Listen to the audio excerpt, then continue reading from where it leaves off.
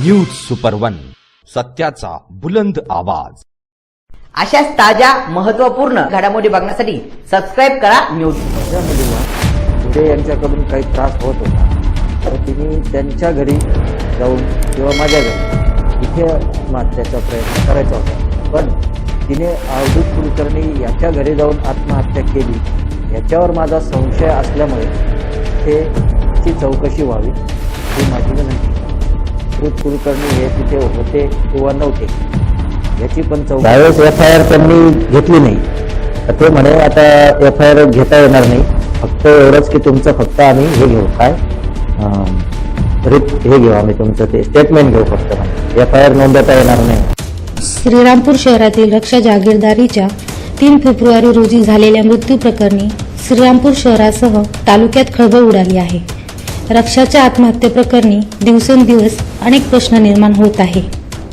मयत रक्षा जागीरदारच्या वडिलांनी व्यथित होऊन वृत्तवाहिनीस भेट देऊन बालिका विद्यालयाचे शिक्षक अवधूत कुलकर्णी तसेच पोलीस प्रशासनाच्या ढिसाळ कारभाराबाबत गौप्यस्फोट केला आहे। यावेळी बोलताना त्यांनी रक्षा हीच न्याय मिळेल का असा प्रश्नही उपस्थित केला आहे। तुमच्या मुलीचं जेव्हा आत्महत्या प्रकरण झालं त्यावेळेस तुम्ही पोलिसांना FIR दिली का? त्यावेळेस FIR त्यांनी घेतली नाही, का ते म्हणे आता FIR घेता येणार नाही, फक्त एवढंच की तुमचं फक्त आम्ही हे घेऊ, काय हे घेऊ, आम्ही तुमचं ते स्टेटमेंट घेऊ, फक्त म्हणे FIR नोंदवता येणार नाही म्हणे। त्यात तुम्ही त्यावेळेस जो जबाब दिला त्यावेळेस तुम्ही त्यात काय म्हटले? तुमचं म्हणणं काय आहे? तुमच्या मुलीची आत्महत्या झाली काय, तुम्हाला काय वाटतं? त्याच्यात त्यांनी विचारलं बा तिकडे ते जाण्याचं कारण काय आणि तिकडे व्हायचं कारण, म्हटलं आता ते असं की आमचं ते मोठ्या मुलीचं लग्न झालेलं होतं, तो त्यांचा जावई असल्यामुळे एवढंच की, आणि दुसरी गोष्ट म्हणजे ते त्यांचे शिक्षक असल्यामुळे ते अभ्यासाला तिथं जात होती, एवढंच हे होतं कारण। शिक्षक कुठं असतं? ते बालिका विद्यालयात होता तो। म्हणजे तुमची मुलगी पण आधी बालिकेलाच होते ती पण, हो बालिकेलाच होते, म्हणून ती तिथे क्लासला जात होती।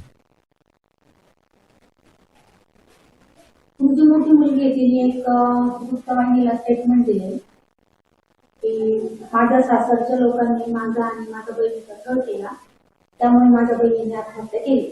त्याबद्दल तुम्हाला काय म्हणायचंय? त्याच्यामध्ये काही सत्यता आहे की काय? नाही, ह्याच्यामध्ये काही एवढी सत्यता नाही, कारण मी त्यांनाही सासरवाडीच्या लोकांना चांगलं ओळखतो, काही एवढं हे नाहीये। ते असं करतील हे मला नाही वाटत नाही ते, कारण ते जर असं करायचं असतं तर त्यांनी आधीच आपल्याला घरच्यांना पण बोलले असते, ते काही दुसरं पण बोलले असते, ते त्या दोघींनाच का बोलतील असं? तुमची मोठी मुलगी किती वर्षापासून तुमच्याकडे आहे? आता ते 2.5-3 वर्षापासून तर केस चालूच आहे, तेव्हापासून माझ्या घरीच आहे।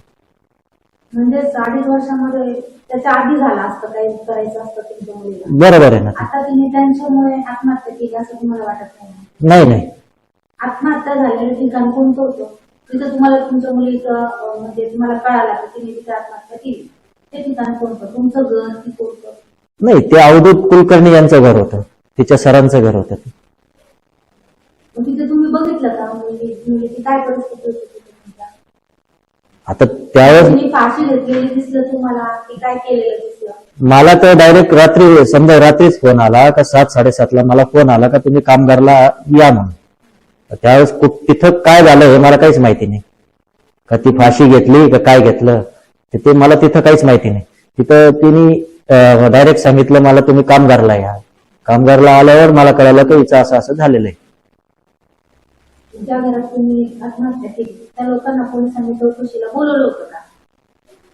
आता एवढ्या दिवसात तर मला काही, आता मी बऱ्याच वेळ जाऊन आलोय पोलीस स्टेशनला, तेवढ्या याच्यात तर त्यांची चौकशी अशी काही मला वाटलं नाही का त्याच्यामध्ये का त्यांना अवधूत कुलकर्णी आणि त्यांच्या कोणाला बोलवलंय बा असं, का त्यांची चौकशी झाली। आता मला तरी काही असं दिसलं नाही त्याच्यामध्ये। पोलीस स्टेशनच्या भेटलो होतो ना तिथे जाऊन, ते आमच्या पहिल्या दिवशी पण आम्ही तिथे जाऊन स्टेटमेंट आणि FIR देण्याकरता गेलो होतो, पण त्यांनी फक्त माझं स्टेटमेंटच घेतलेलं आहे, का त्यामध्ये तिथे का गेली, कसं झालं, काय झालं, एवढंच घेतलं, बाकी दुसरं काही नाही। आणि दुसऱ्या वेळेस मी त्यावेळेस पण त्यांना विचारलं होतं का तिचा मोबाईल आणि लॅपटॉप कुठे आहे, ते दोन्ही वेळेस मला आदल्या दिवशी नव्हतं सांगितलं, दुसऱ्या दिवशी नव्हतं सांगितलं। दुसऱ्या दिवशी ते एकदम याच्यात घेतलं त्यांनी, काय रात्री त्यांना मिळालं ते 7 वाजता, मग त्यावेळेस कुठून आला? ज्या घरामध्ये तिचा मृतदेह आढळला त्या घरात तिथली चौकशी व्हावी व जे घरात मृत्यू आढळला त्या अवधूत कुलकर्णी यांचे घर होते ते, तर तिथली पण पूर्णतः चौकशी व्हावी. चिठ्ठीचं म्हणजे कसं, आता तिने त्या दिवशी लिहिलेली होती, ते 2 पेन वापरेल किंवा हे याच्यावर पण डाऊट आहे, कारण लिहिताना माणूस एक दिवशी त्या एकाच पेनने लिहितं, पण त्याच्या चिठ्ठीवरती 2 शाईचे अक्षर दिसले, त्याच्यामुळे मला त्या चिठ्ठीवर पूर्णतः डाऊट होता. म्हणून मी हे पोलिसांना पण सांगितलं होतं, पण पोलीस म्हणे नाही असं नाही होऊ शकत म्हणे ते.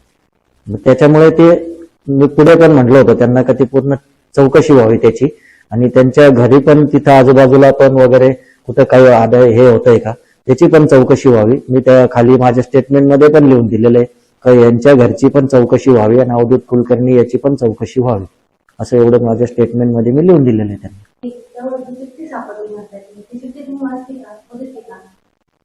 वाचली म्हणजे आता त्यांनी तर दाखवली नाही ती, तर आम्हाला फोटो मिळाला त्याचा, तिथून घेतला होता.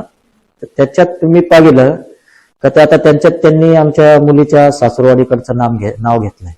तर मी पोलिसांना एवढंही म्हटलं का ते त्यांचा काही संबंधच येत नाही ना, म्हणजे त्यांनी तिला काही बोलले असं तसं वगैरे काही संबंधच येत नाही तो. आणि दुसरी गोष्ट म्हणजे ते थोडस चिठ्ठीमध्ये पण असा डाऊट आहे का ते वरची जी तारीख आहे ती तारीख वेगळ्या शाईची आहे आणि जिचं ते पूर्ण लिहिलेलं आहे ती त्याची अक्षर म्हणजे शाई वेगळी आहे. हे थोडं मी त्यावेळेस पण म्हटलं होतं, पण आता पोलीस म्हणतात नाही असं नाही होऊ शकतं, एखादं होऊ शकतं असं तसं. शाई वेगळी असल्याचं कारण तुम्हाला काय म्हणायचं का? ते दिसतंय त्याच्यामध्ये ना. नाही म्हणजे शाई वेगळी असतं म्हणजे ती लिहिली आणि असं तुम्हाला काय वाटतं? आता ते काही अक्षर आम्ही पण थोडेसे बघितले, पण ते आहे तिचं अक्षर आहे, पण आता त्याच दिवशी लिहिली का आधी लिहिलेली याच्यावर संशय आहे माझा. माझ्या मुलीला भिडे यांच्याकडून काही त्रास होत होता, तर तिने त्यांच्या घरी जाऊन किंवा माझ्या घरी इथे आत्महत्याचा प्रयत्न करायचा होता, पण तिने अवधूत कुलकर्णी याच्या घरी जाऊन आत्महत्या केली याच्यावर माझा संशय असल्यामुळे तिथे तिची चौकशी व्हावी ही माझी विनंती आहे.